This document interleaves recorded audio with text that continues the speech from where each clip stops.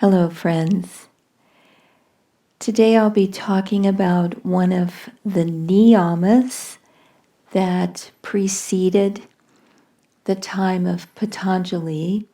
Patanjali laid out the Eightfold Path of Ashtanga Yoga. Yama and Niyama are the first two of those 8 steps. Yama are the things to get rid of in our lives. They cause unhappiness and pain.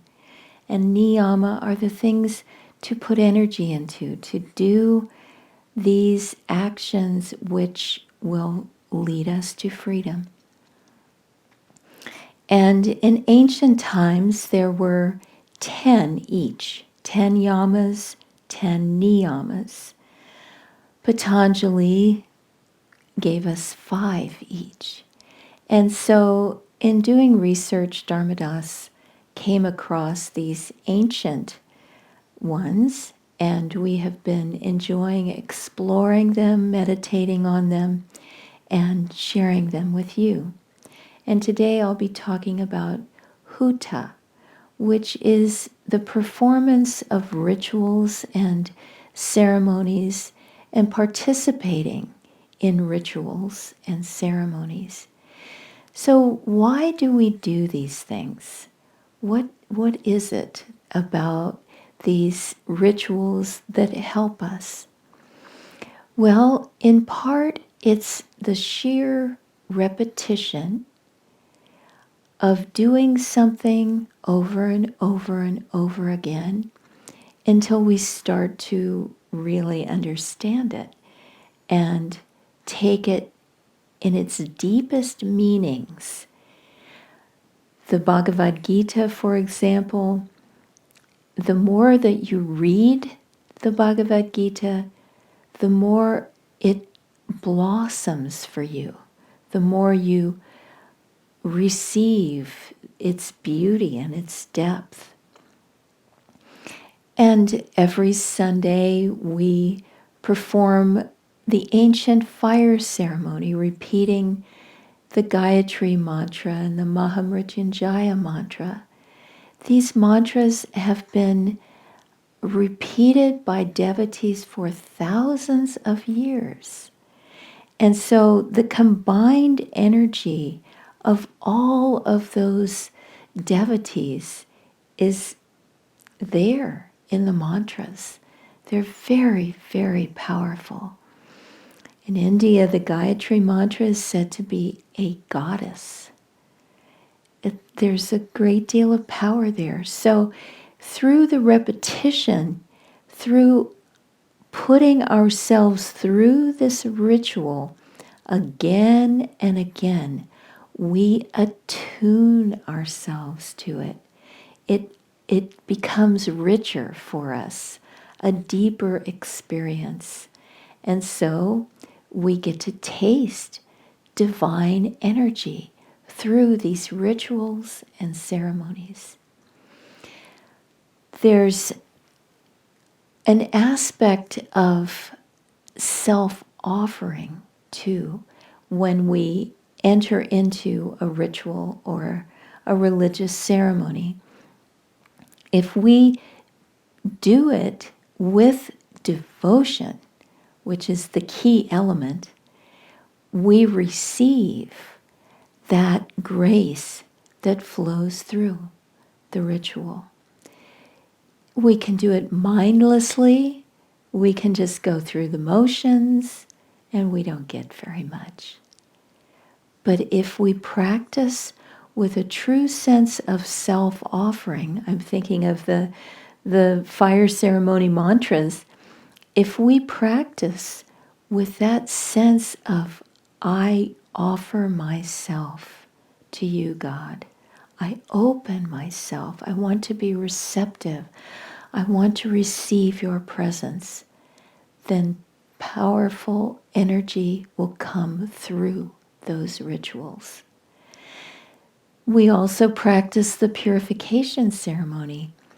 And this is all about the same things as the fire ceremony, self-offering and openness and asking to receive. I often think of Padre Pio, who was a wonderful Catholic saint who lived in the 20th century. He just passed away in the 1960s.